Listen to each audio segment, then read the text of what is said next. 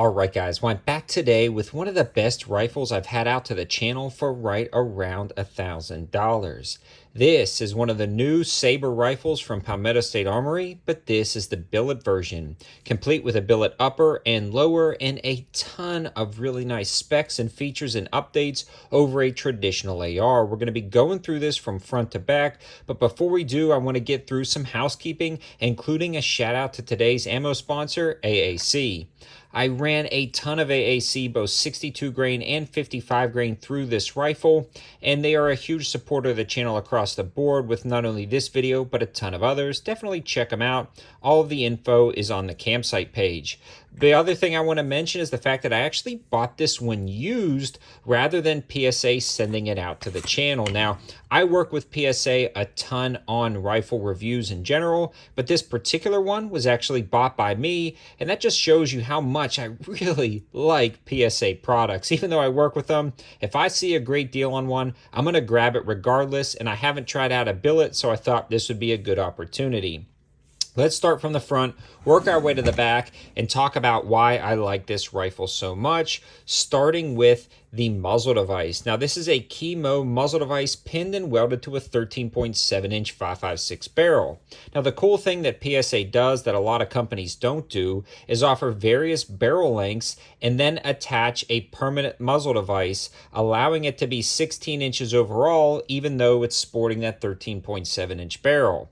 Now, this one has the Chemo muzzle device, but they also offer Surefire, AAC 51 tooth, and a ton of other options that you can check out. Now, this is pretty cool because it allows you to get the full potential out of a 16-inch space from the receiver to the end of the muzzle device and attach a can without being overly long. The next thing I want to mention about that is the Chemo locks up rock solid, and this is what I personally use on most of my setups, so it was a nice touch. Now, that 13.7-inch barrel is chambered in 5.56, and it's made out of 4150V chromoly steel, so a great barrel on this rifle.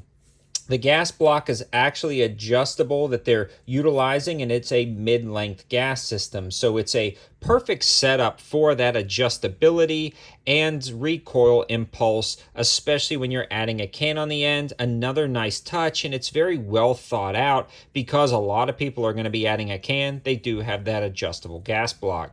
Now, it is surrounded by their Sabre rail system with QD slots at the front and rear, M-LOK slots everywhere you can use them, and a monolithic pick rail at the top. And I love the fact that companies are coming back to that monolithic pick rail rather than cutting it out. I like adding tape switches, pressure switches, different IR devices, and it works out great. This is the Sabre lockup rail, and overall it's done a really good job down at the range, no issues whatsoever, but I'm a little bit more partial to the other Sabre rail that they offer with the stainless steel QD slots with the inserts in there, which is a nice touch. But overall, this has been working great. I've really fallen in love with it. It's actually grown on me, and I love the just overall streamlined feel and durability of this rail system. Moving along to the upper assembly, you are going to be getting some enhancements like the Timber Creek E AR BDC dust cover. It's a very nice milled dust cover. You can see the attention to detail in that, and it matches the upper perfectly. A lot of billet uppers leave this part out, and that's really because you're cutting a lot of material out just to get that shell deflector and forward assist, but this one includes it, and I'm really glad they did. So this is a nice touch on this billet upper receiver. They also include this nice charging handle, which is that Radian Raptor LT that all of the Sabres come with, which is one of my favorite charging handles on the market. And again, you can see as we go through the rifle, every component is updated and upgraded. So it's very nice from the factory. You don't have to do a lot of stuff to make this rifle work for you. We are going to start taking a look at the bolt carrier group, because if the bolt carrier group's not functioning, your rifle's not functioning. It's like the heart of the rifle. And this is the Sabre lightweight BCG. It's actually shot peened and a mil spec 158 Carpenter steel bolt, and that gas key is hardened to USGI specifications. It's got the grade 8 screws, and it's staked per the mill spec. Now, the carrier is made of 8620 steel, and it's got a mag phosphate finish, and that actually includes the Springco gas ring. So this is going to be an amazing BCG for the money, and it's been functioning great down at the range with no issues whatsoever. Moving along to the lower, we do have a billet lower with a flared magwell, which is nice, an enhanced trigger guard, a hyper-fired trigger, which is great down at the range. I've really fallen in love with these hyper-fire triggers. So the reset on that is very audible, tactile, and reasonably forceful for a performance trigger. A very light and crisp break, and it does have the anti-walk screws in there. Little detents in the takedown pins, which is nice to put the tip of a bullet in there. And this is also ambidextrous, whether it is the mag release or the bolt release, you're going to get a completely ambidextrous lower, which is pretty cool for those left and right-handed shooters.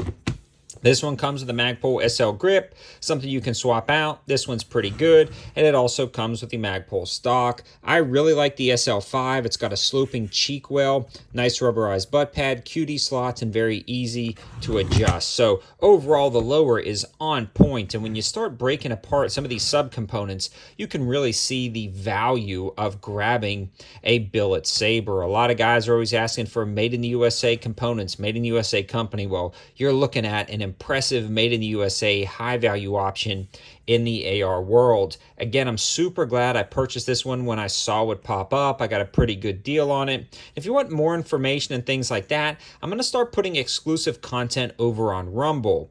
It's a little bit more of a free speech platform, so if you're interested in checking a look at a deeper dive of how I acquire things and things like that, definitely take a look at Rumble. Also, again, a lot of this info will be on my campsite page, so if you're looking for that kind of stuff, check out that campsite page in the description below. A huge shout out to AAC for sponsoring this video, and I want to finish up with the reliability and performance section of this rifle. It's well balanced.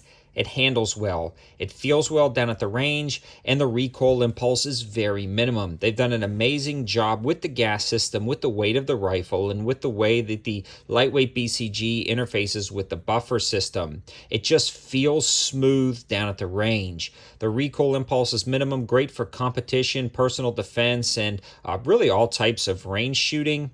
And the overall performance of this has been 100% reliable down at the range with no issues whatsoever.